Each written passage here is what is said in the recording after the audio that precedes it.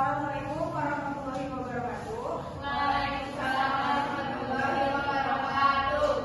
Perkenalkan, kami dari kelompok 2 akan mempresentasikan hasil diskusi kami, yaitu tentang pasar internal dalam koperasi. Nah, sebelumnya, perkenalkan, nama saya Dinilai Pramudita sebagai moderator dan pemateri pertama, dan di sebelah saya ada rekan saya.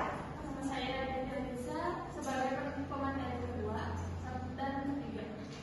Nama saya Agus Jana sebagai pemateri keempat dan kelima.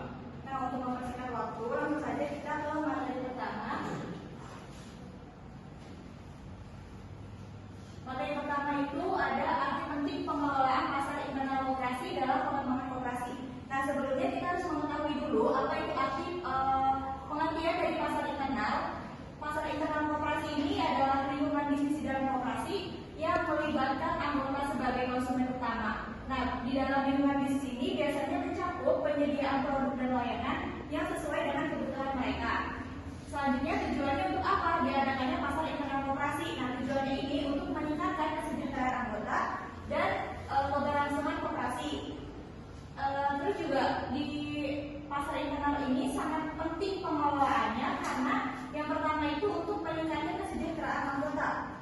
Nah, ketika pasar internal ini baik, koperasi dapat memberikan pelayanan yang lebih baik kepada anggotanya. Terus juga si koperasi ini bisa memberikan produk yang sesuai dengan kebutuhan anggota sehingga dapat meningkatkan kesejahteraan anggota tersebut. Lalu yang kedua ada membangun loyalitas anggota, di mana ketika pasar internal ini dikelola dengan baik dapat meningkatkan loyalitas anggota. Ketika anggota merasa puas dengan layanan dan produk yang ditawarkan oleh koperasi, maka mereka akan lebih cenderung berpartisipasi dan mendukung koperasi tersebut. Lalu yang ketiga ada meningkatkan daya saing koperasi. Ketika pasar internal ini kuat, nah si pasar internal ini bisa dapat menjadi landasan bagi koperasi untuk bersaing di pasar eksternal. Dan yang terakhir itu ada memperkuat fondasi keuangan, yaitu pasar internal yang efektif dapat membantu koperasi membangun fondasi keuangan yang kuat. Dengan memaksimalkan transaksi dengan anggota, koperasi dapat meningkatkan pendapatan. Selanjutnya langsung ke materi yang kedua.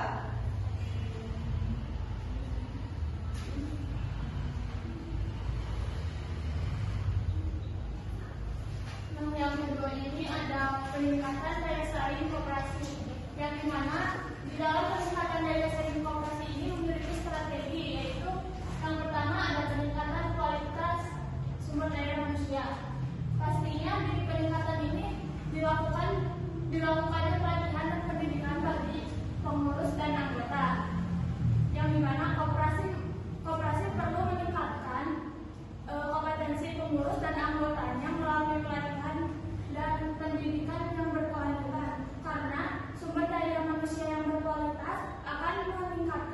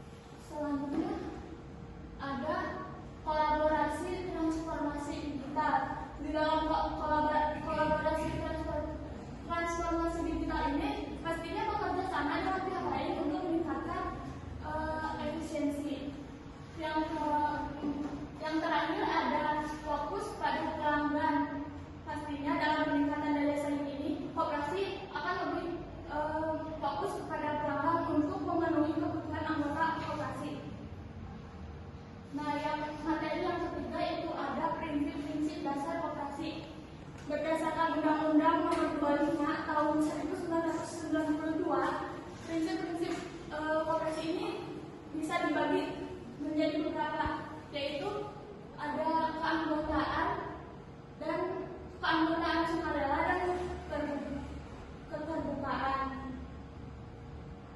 Maksudnya setiap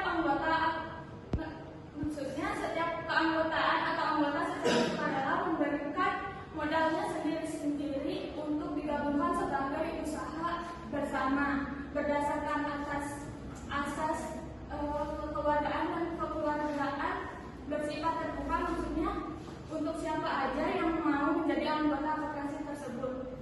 Yang kedua ada pengelolaan demokrasi.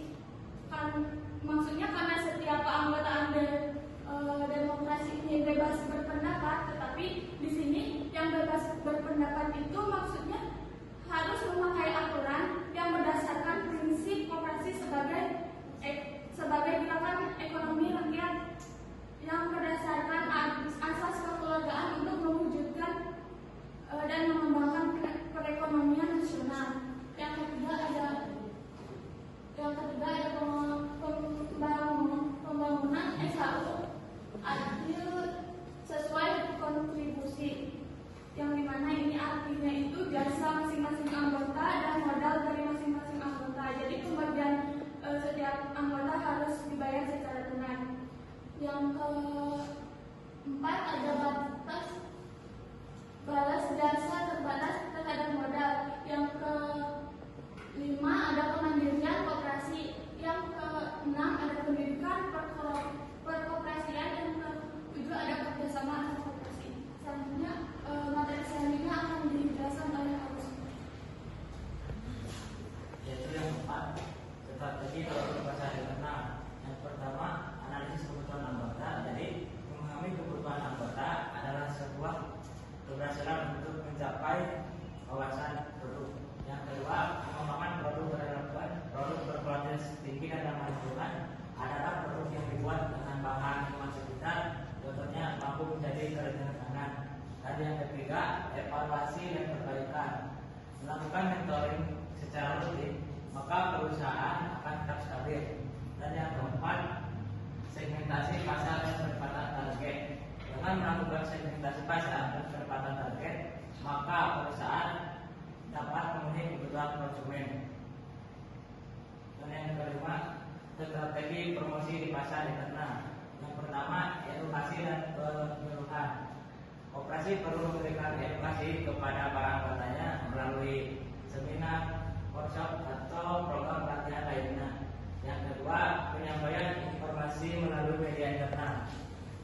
Komunikasi dengan anggota melalui internal, yaitu rutin, website, atau aplikasi mobil koperasi. Dan yang ketiga, pemberian insentif dan penghargaan. Memberikan insentif dan penghargaan kepada anggota dapat membangun hubungan yang lebih kuat antar anggota koperasi. Dan yang keempat, program loyalitas anggota. Program loyalitas anggota untuk transaksi yang dapat ditukar dengan hadiah atau diskon. Dan yang kelima, peningkatan kualitas layanan produk. Jadi kita harus meningkatkan kualitas produk yang akan kita promosikan di pasar. Dan yang keenam, keterlibatan anggota dalam mengambil keputusan. Jadi kita harus mengambil keputusan, harus dapat menghasilkan koperasi yang baik.